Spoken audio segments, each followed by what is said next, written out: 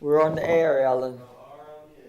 Good evening, ladies and gentlemen, and welcome to Inside the Mental Health. I'm Bob Evans, your host. I'm Bob, raising my hand, that's me. That's a pretty cool background, Lucy. That's a background by our director, the beautiful Lucy Fournette. Come say hello, Lucy. And I would like to say hello to our guest, Ellen. What's your last name? Threes. Threes. It's a tongue twister. Yeah. And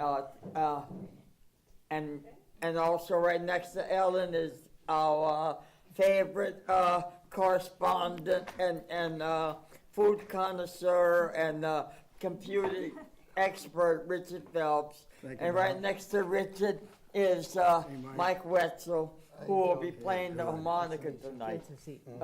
So anyway, and Lucy, and before we start the show, I'm going to read something.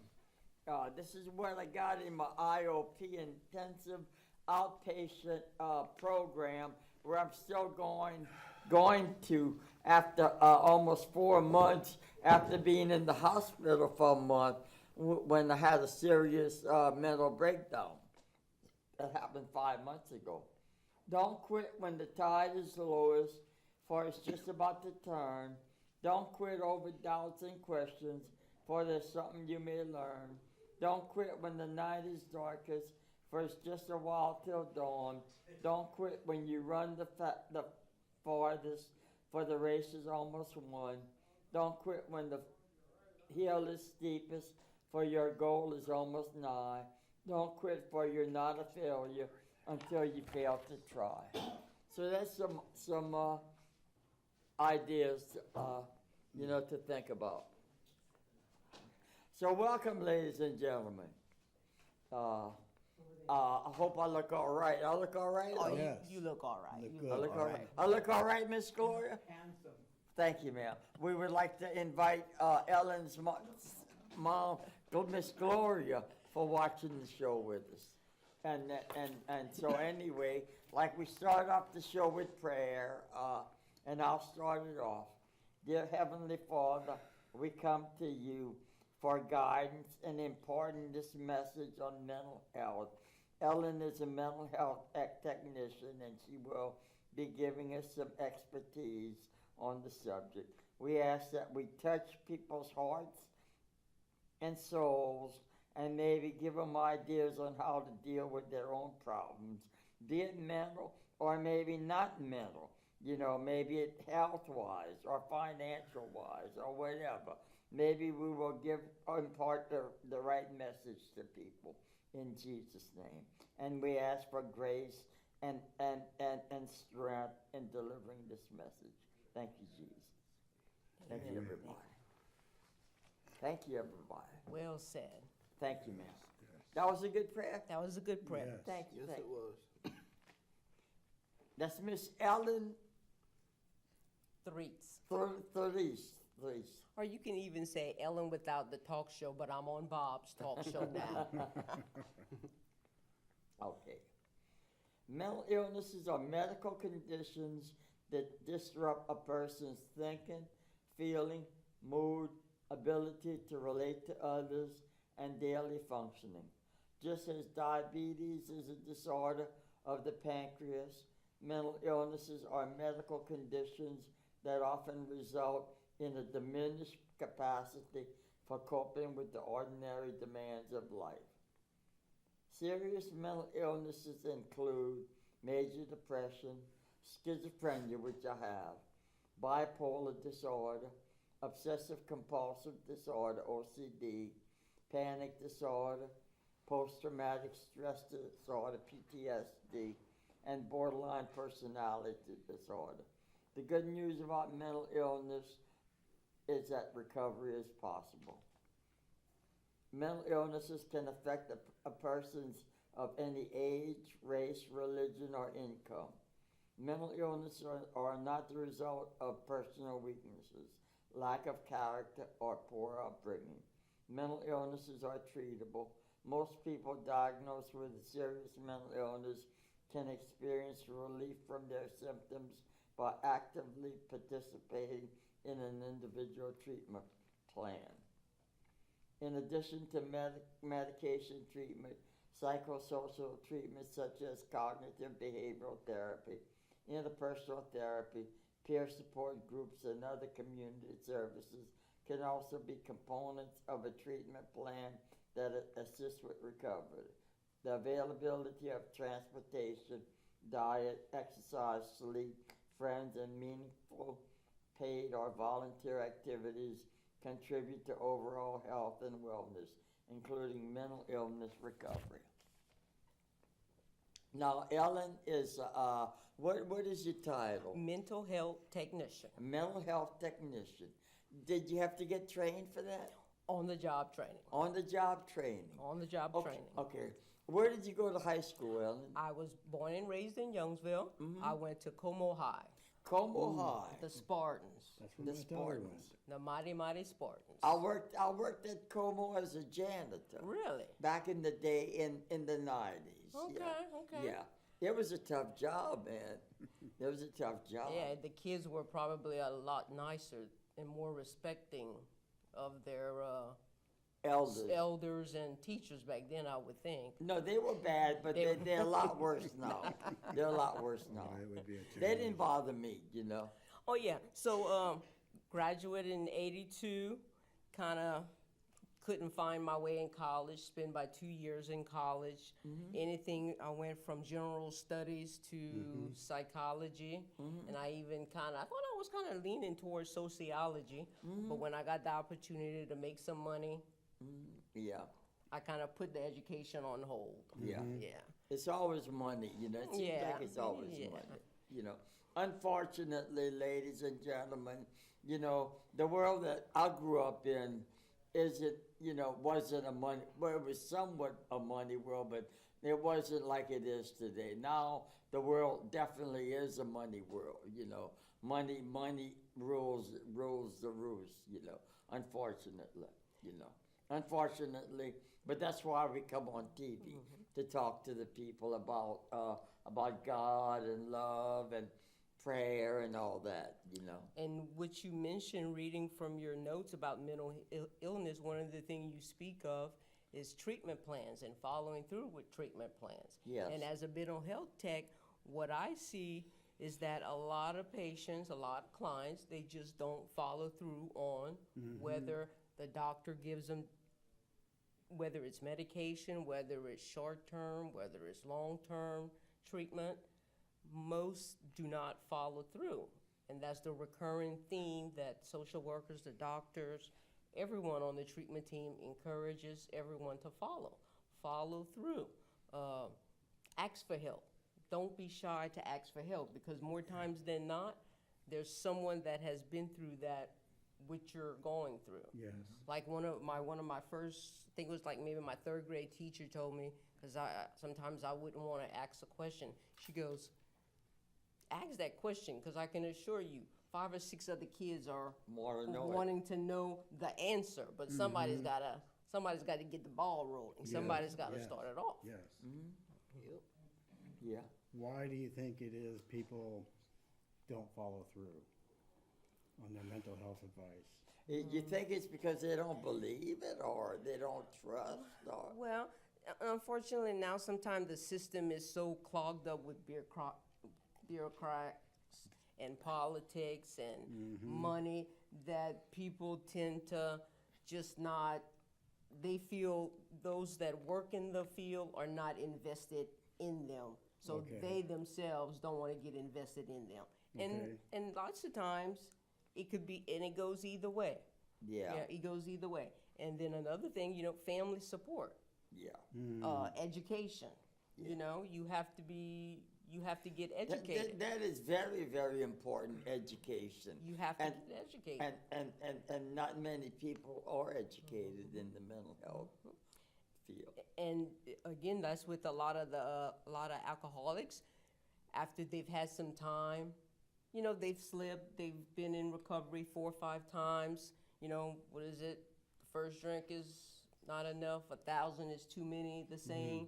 So when they get to that point where, you know, they're feeling frustrated, you know, they just give up, and you have to educate. And a lot of those that do find their way back and they have some length of sobriety, they give back by becoming counselors, becoming CD counselors themselves, or working in the field, and that usually sometimes gives that person, well, look, if that person has decided to change their life or give it a try, maybe it can help. You know? And you still have the stigma. You know, Yeah. there's still the stigma. The stigma Yes. is always there. Yes. I don't know if you guys realize, but Prince Harry, who has gone publicly, speaking of having suffered a long depression after his mother died, Prince Diana, and he held it in for so long. Wow, I didn't know that. I didn't know. He didn't really discuss it until he became a man.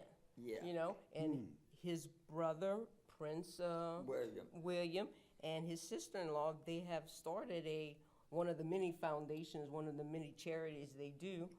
What they've recently started is into mental illness. Wow. You know, so it, like you say, it crosses all borders, race, creed, financial. Yeah, it's a horrible illness, ladies and gentlemen. I usually do pretty good, wouldn't it? Don't you think I do all right, Richard? Yes. You Yes. I do pretty good. You do a wonderful job. Thank you. I usually can handle things, you know, but sometimes it flares up, you know, Oh, yeah. that I have to deal with, you know. Like when I had my mental breakdown almost 6 months ago, you know, but you know, I'm back and steady and still going, and that's I would like to say this isn't a religious program, but we do believe in Christianity out here, and I will say that it helps dealing with the mental illness, you know. It has saved my life from it, you know. If I could add, you know, since we're in the South and we like food, I know I like to eat. Yes. I kind of think, and sometimes when patients or clients are they're getting frustrated or they're not really paying attention and they're trying to figure out, is this really worth it? I try to use the analogy of a gumbo. What makes a Yeah. good gumbo? You know, you got to have a Yeah. roux. Yes. And my mom's to my left right here, and she knows how to make a good gumbo. So you got your roux, your seasoning, your onions, your meats, you know, and everybody does it differently. So to have a really good gumbo, you got to put all kind of ingredients. Yes. Yeah, So that's the same with mental illness. with mental illness. You can't, you have to put everything into the pot. Support groups, shows like this, taking your medicine, you Yes. know, following up with your doctor. If you don't have a ride, I mean, there's somebody going to take you. Yeah, Yeah. Somebody will take you. Yes. You have to ask, you know. yeah. Nobody reads minds, so you have You to can't- be you able have to to say, ask. you have to ask. Yes. Yeah. Oh, yeah. Is any of this getting into the high schools these days in the curriculum about mental health? I sure didn't get it back in the 60s and 70s at all. I know when I went to high school, I mean, there was they didn't really want to even talk about sex education, so I doubt it if they're talking about mental illness. Now it's more, they talk bullying now. They talk about it after things happen, after Yeah. we have these horrific shootings, you know, that's when, what was the sign with this kid, or what was the sign with that adult on the job, you know? Were Yeah. they despondent? Were they showing up late for work? Were they Right. drinking on the job, you know? Oh, yeah. But that's a good point, Richard, you know? 'Cause we had another guest named Carrie Semo that came on, and she and her group were invited into the high schools about preventing suicide, and they've been asked over and over again to come back. But to me, it seems like this should be getting into the public schools. And when we went to the NAMI convention in New Orleans, there was a high school gal and her mentor that started the first mental health support group in the nation for high schoolers, and it was called Bluebirds. Wow. So I'm hoping that takes off here because it really is needed. They lost a 13-year-old junior high school student year before last, and the Jacob Crouch Foundation helped get some information, but that's just the tip of the iceberg. 'Cause these kids growing up now, they're getting pressures that we never even Oh, comprehended. it is a heinous world out there from where I came from, man. With all the shootings and the hate, there's so much hate in the country right now. The country is so divided, and there's just a lot of hate and misunderstanding and no communication and everything right now in the world, in the whole world, But that's all been predicted. We know that, but that's why we have the show. Yeah, keep spreading the word. Keep spreading the word. And Ellen, okay. Since I'm schizophrenic, how do you read me? You're a mental health technician. You know your stuff. Okay. Well, I'm kind of biased because you're in the Writers Guild of Acadiana. Yeah, well, thank you. So, well, I would say, okay, when you say, how do I read you, give me a little bit more leeway. Okay. Could I detect if you were having some uncomfortable or you were nervous? Yeah.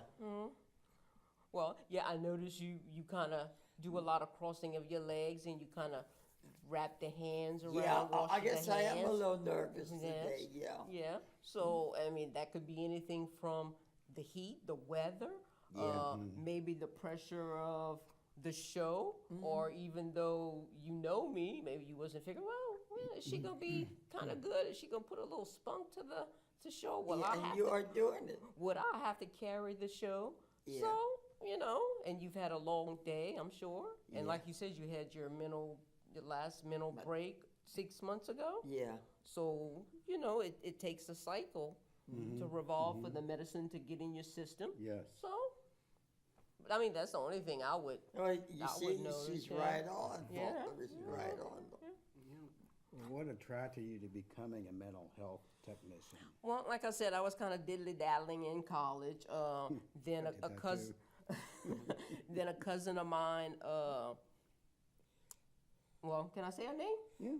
Okay, because hopefully she's watching the show. Yeah. Dolores Derwin.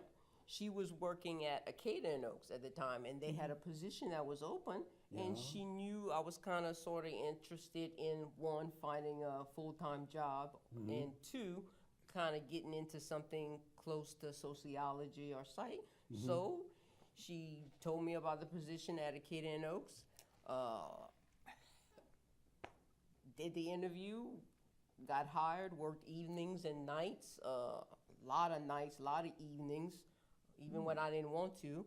Then my sidekick on the left, on Your the mom, right, on your my mom. right, Gloria. My mom would say, take courage, work those long hours, work those 16 hours, work those 12 hours, do those double back, it'll pay off. It pays off. Yes. And fast forward, 25 years now? Yeah.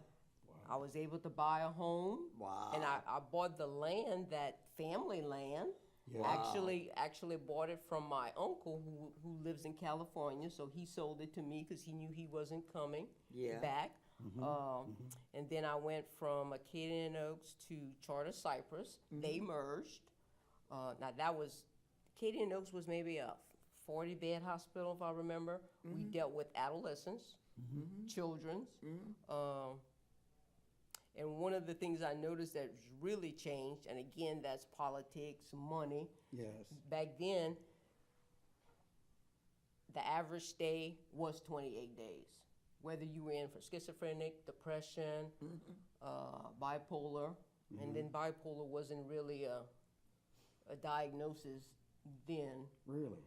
Or at least from my perspective, it was more alcoholism, depression, leading from marital problems or financial problems. So clients stayed 28 days. Yeah. The first week, there was no incoming, outgoing phone calls, no interaction from family. They were they were Wow. totally centered on the person. You know, Wow. medication. Then at some point in time, there was a week of family week. Yeah. And basically, the first couple of days, the patients were able to talk, vent, complain. Right. Then the next day, the families were able to vent, complain, and then that last day is when they came together with the treatment plan and kind of resolve some issues and get educated on what everyone was going through. And then, of course, like I said, Charter and Acadian Oaks merged, and that is the old Dr. Tyler's place. Okay. Fast forward, it was turned into Dr. Tyler's place, Okay. the hospital. And I worked 3 to 11 there. Again, we had dual diagnosis. We had, it's called a PIC unit, where patients who were really, really sick, they, Okay.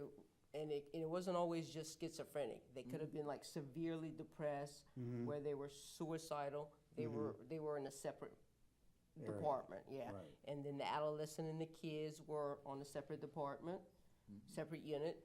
Then those who had depression or alcoholics, they were on a separate section. And never did any of the clients interact, only when they went going to and from the dining room. Okay. Yeah. Okay. Okay, but we're gonna get back into that, but we're gonna get Mike Wetzel to give us a little music. We're gonna start with music again. Awesome.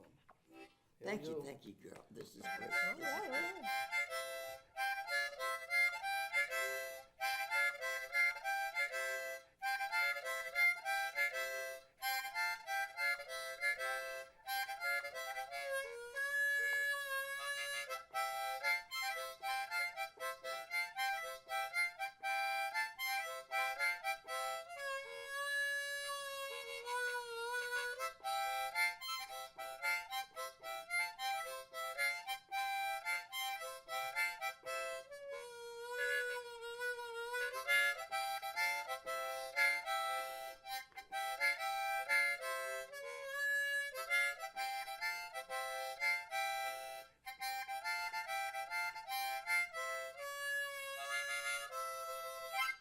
Thank you, Mike. All right, all right. All right. What does the abbreviation PIC mean? And are they still having that at Tyler? PICU, That they Psychiatric Inpatient Critical Unit. Okay. Yeah, I had to go to that. Yeah. They picked me up when like I can explain, when the VA quit paying for my medicine and sending me my medicine, I started paying for my medicine on my own, and it was too expensive, so I started cutting down on my medicine. I had been taking the same medicine for over 45 years, and there was the same thing. And then I just had I went to pay my bills one day, and I knew I had to get home, I drove my car, drove to my house. If I wouldn't have done that, 5 minutes later, I would have been in a serious wreck. So God was with me. I went to my house. I called the ambulance. I didn't call Richard or anybody. I called the ambulance, and the ambulance picked me up and brought me home, brought me to the hospital. And they use that PICU or whatever it is. That's what the code they use. And you said it then, you was aware of what was going on with you, and first you accepted Yeah. your illness. Yeah. And Yeah. you're not faulting it on no one. You're taking responsibility for it, just as we have to take responsibility for all our actions. Yeah. Yes. Yeah. Yes. Oh, yeah. Yeah. Yeah. Do they I- still have that unit at Tyler? No, they don't. They don't. So they don't. transition it to the other hospitals? is Yeah, what it's they now did. the Joseph Tyler Center, and let's see. And then I did some outpatient work, and I even worked with adolescent and kids. We were called mental health specialists, Okay. and the only difference was that the kids, they obviously they weren't inpatient. We went to school with them, treatment plans, worked on coping skills, Good. time management, things like that. Yeah, and now I'm at Abbeville General, and it's still inpatient, but, and we get a lot of people that come in voluntarily when they know they need some help. Good. Yeah. And then sometimes we get people that don't want to be there, and Kind of like a court order situation. court order situation, Yeah, exactly, yeah. exactly. Yeah. Well, listen, let me ask you. Okay, like they have some different therapies. Let me read some of this. I don't know if okay. So medication is a treatment for mental illness. Correct. Psychosocial treatments such as cognitive behavioral therapy, interpersonal therapy, peer support groups that me and Richard are looking into, becoming peer support specialists, and other community services can also be components of a treatment plan for recovery.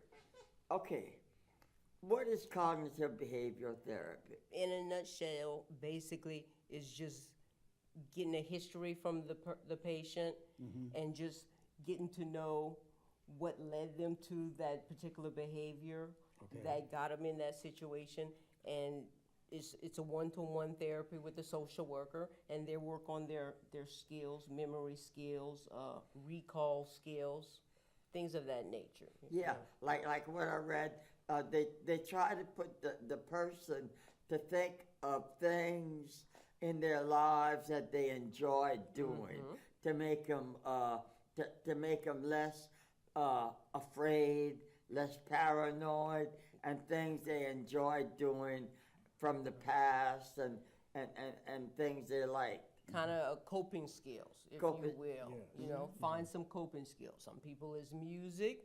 Some people it's writing, journaling. Some people it's exercise. All the things that any one of us should be doing to begin with. Yeah. Yes. Yeah, So it's no like big trade secret. yeah. Okay. Okay. Have you ever heard of dialectical behavior therapy or DBT? Nah, that's a new one. We had some of that at our IOP. Bob, did you ever get that?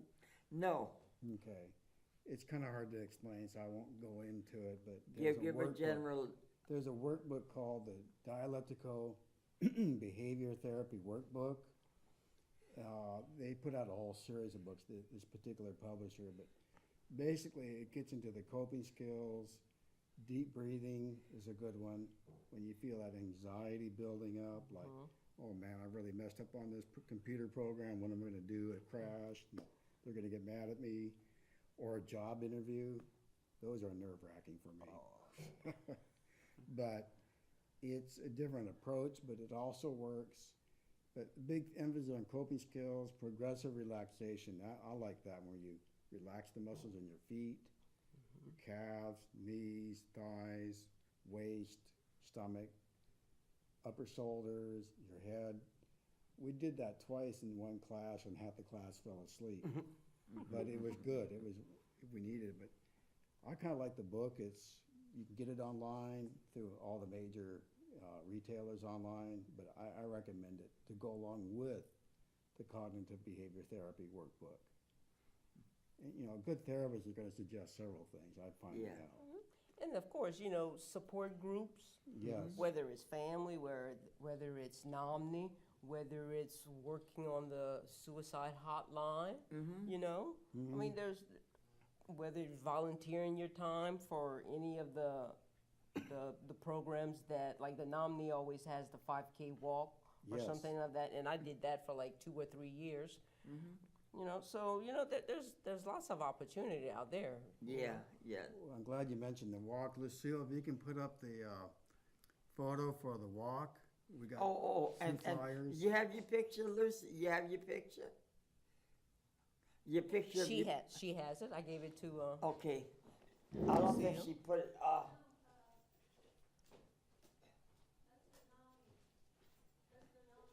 that's the NOMNI. Yeah. I'm sweating. now, okay. Can everybody see me? Okay, this is Bob. Ellen wrote a book. It hasn't been out yet, but I'm going to show y'all what it looks like. called Four Seasons of Love and Grief.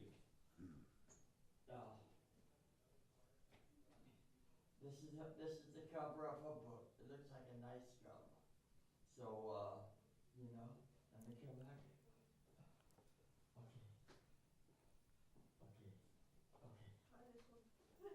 Okay. Thank you, Lucy. Okay. So anyway, Ellen's gonna have a book out there, and you can find out. What was your book about, Ellen? Well, when you talk about different support groups and different illnesses, depression, depression is I don't want to say simplest, but it is one of the. It's the most common. It's the most common that people tend to disregard and say, "Oh, that's not gonna happen to me." The book came about from the death of my husband, which is approaching 4 years. Wow. Actually, the end of the month. Previously, I had kind of dabbled in writing and journaling and entered a couple of contests. So this was kind of, some of it was just kind of on hold. And then after he passed, I decided, to release my anger, my energy, my depression, because I had about a depression and it hit me like a storm. You know, it came in, as they say, it came in waves. It was like hitting a brick wall, like being stuck in the middle of the road, and traffic is going back and forth, but I'm stuck in the middle of the road and like, where do I go? So I can attest, and I can say I've been down that path. Yeah, the darkness. And I tell a lot of my patients, sometimes they have the attitude, well, you guys have the key, y'all leave at whatever the shift time is over and y'all go home and we have to stay here. Unfortunately, yes, you guys have to stay. I go home, but there's no doctor, social worker, tech, housekeeping. Everybody has their own issues. We all have issues. And they all have issues. We all have it. And to be able to speak up and say, I was depressed, but now I'm much better. Yes. That's great. So that's how the book came about. So it's kind of, as the title suggests, 4 Seasons of Love and Grief. I tell some funny stories of my husband, and actually we met at work, and that was kind of a trigger, I guess. Yeah. For some of my depression, having to return back to work to the place where we met. Wow. Yeah. And even maybe, I think maybe like 2-3 months later, every now and then we come across a patient who says, where's Mr. Troy? Troy, my husband was a big dude, Sturley. So they said, where's Mr. Troy? He used to work here. You guys are still married? Got that lump in my throat. And then, I can't not be honest, Oh, yeah. Mom always told me, Grace, tell the truth, because if you tell so many lies, you got to try to keep up with them, and that's a lot of work. So, I'd say, well, Troy, he passed away, but, I'm here working, trying my best to help me and helping you guys, Yeah. And actually, my husband worked in the mental health field too, but he worked in a forensic unit out in Mississippi. Wow. He worked in so he dealt with people that were Bad people. Bad people. So that's how the book came about. So it's kind of my outlet. Yeah.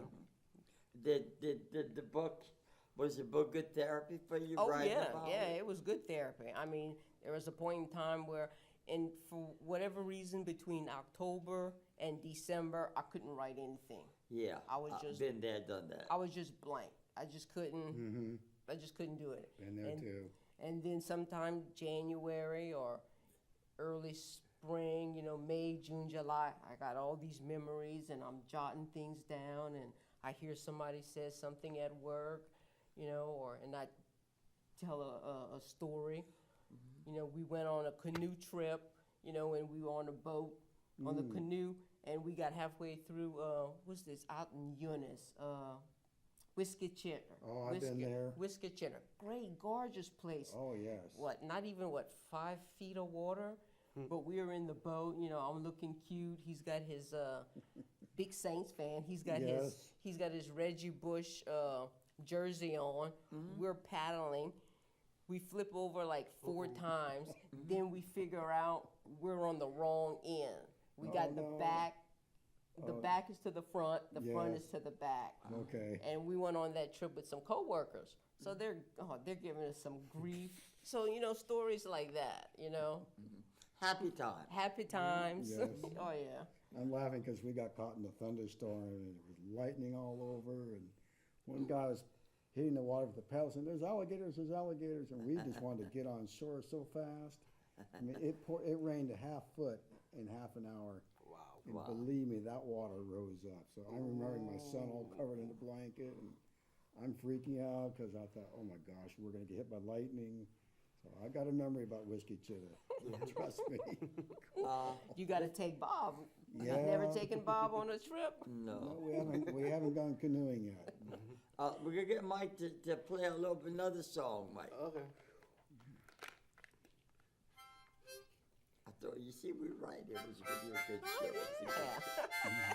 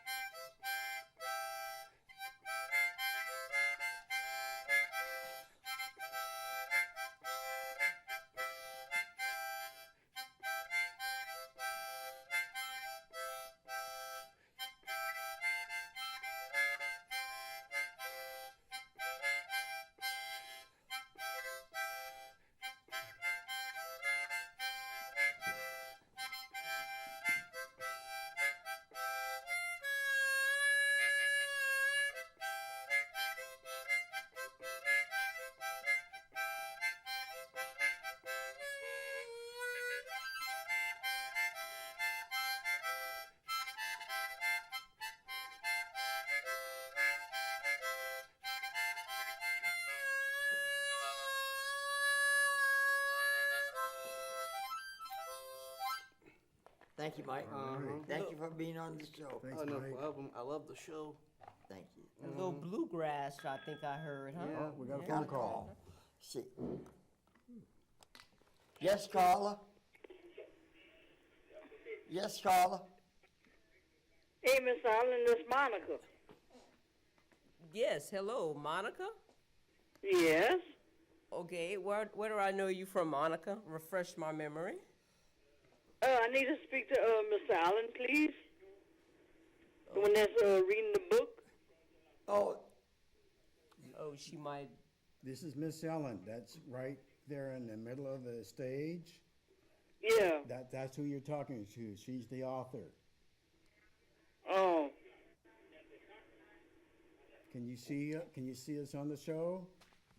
Yeah, but I'm talking to the other one, the one that's the man reading the or the book. woman? Yeah, the man. Yeah, okay, I'm the man. Bob. Yeah, okay. I'm Bob. Bob's the man. Yes, can I help you? Yeah, this is Monica, one of his friends. Monica. One of your friends. Can you refresh his memory?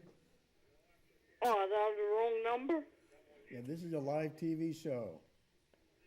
Oh, I need to speak to Mr. Allen. Okay. We not, Mr. Allen isn't here, ma'am. Okay. Oh, he's not? No. So y'all closed right now? No, You reached the wrong. you reached the wrong wrong number. person. Thank you. Oops. Okay. Oops. We Well, must have a number close to somebody else there. too bad that couldn't have been the lottery number for us or something. Or, So, Yeah. so Ellen, 4 seasons of love and grief. You know, in this world, we all go through challenges, you know. We have all been abused. We have all been heartbroken. We've all been betrayed. We have all been hurt really badly, unjustly. There's so much injustice going around, you know. And none. Okay, we got another call. That might be. Yes, caller. Oh, I Hello. dialed the wrong number again? Yes, ma'am. Right. So you know, we all have a story. So 4 seasons of love and grief.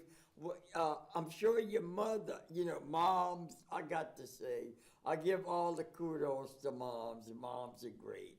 And I'm sure your She mom, doesn't wanna come up. your mom was a great help to you. Miss Gloria.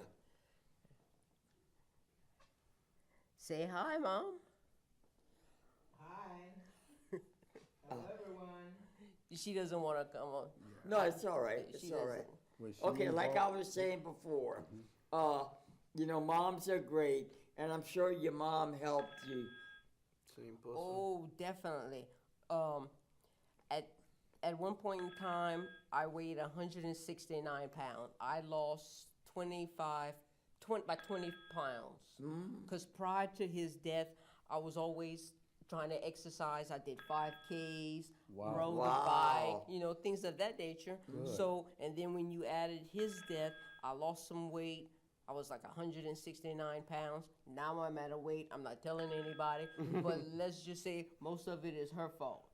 I would cook breakfast, and then she'll tell you, Ellen, isn't time for you to cook? Ellen, isn't it time for you to cook? Oh, well, I like breakfast. I like to cook breakfast. Me too. So between her gumbos, chicken stews, barbecues, and then I have I have 3 brothers. Wow. So one Saturday he invited us to out his place and his girlfriend, and they waited on us. Awesome. Barbecue all the trimmings. Richard, don't worry about it. That's Okay. that person calling. It's not a problem. Okay. We just won't answer the phone. Oh yeah, so she was definitely a support. Yes. Her and my sister-in-law, my brother-in-law, That's great to have support. That's good. co-workers, Awesome. they knew when it was time for me to maybe leave work or Yeah. give me my little 15 minutes of time. Yeah. And like I said, my mom drove me where I needed to go probably that first 2 weeks. Yeah. Afterwards, I didn't drive. Yeah. She, big support. My number 1 fan. That's awesome. Yeah. Well, it's good for families to be close. I talk to my sisters, mostly, not to my brothers too much, but when I was dealing with my mental illness, I didn't have any support. Now there's some support, but I've always been alone, and it's great that you had the support to help you through this. And of course, there were times where I shut out. I think it was that first Thanksgiving where our plans had kind of changed, and I'm a big football fan, and so was my husband. So I think I slept the whole day that Thanksgiving day. I got up maybe once. Yeah. I heard the rustling of pots, and Ellen, what you want to do? So I would either not respond or I would lash out, or So Well, I lost my mom 2.5 years ago, and through Lucy, our director, I heard about a group called Grief Share, and checked into it, and I liked what I heard. It was a 14-week commitment, and it helped me get through. I knew my mom was going to pass away because she was getting severe dementia, and she finally passed away 90 days after her 90th birthday. I told you she was organized. I didn't think she was that organized. She taught music for 25 years. And yes, I did take some lessons. I wish I'd stayed with it. But I ended up going back to Grief Share after she passed away. And I really liked what I learned there. I'm ashamed I didn't make all the meetings, but it's a support group. It's called griefshare.org. And before I forget, we'll mention our support groups. Thank you, Richard. We have the first one, first and third Sundays of each month. It's called Connections.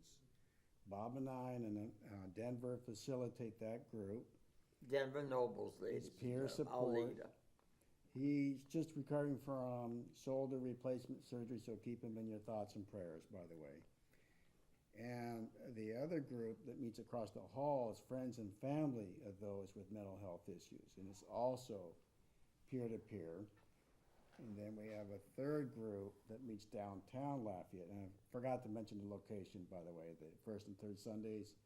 First Lutheran Church, 301 West Farrell Road, and it's kind of behind the Kohl's department store and Academy Sports near Settlers Trace and Ambassador Caffrey. The third group meets the second and fourth Tuesdays from 1:15 to 2:15 p.m. at the Extra Mile at 525 South Buchanan Street. That's 2 blocks east of the public library. And the other group, I forgot to mention, both the families and friend group and the connections group meets 6 to 7:30 p.m. and it's coming up this Sunday, by the way. Thank you.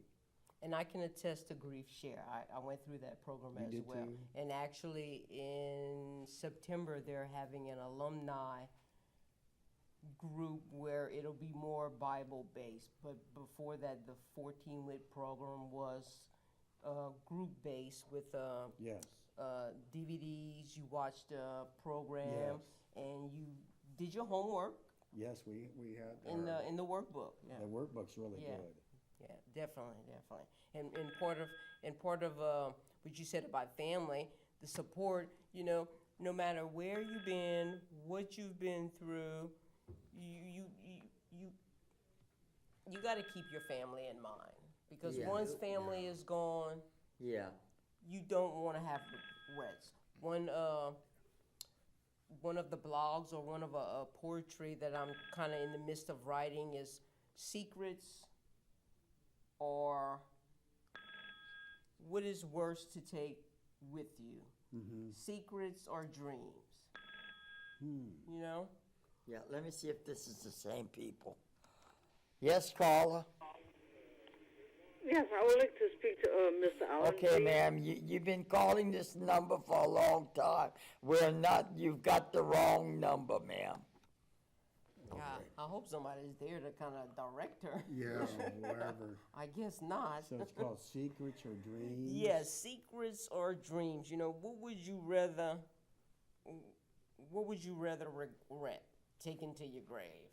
Secrets or your dreams? Wow.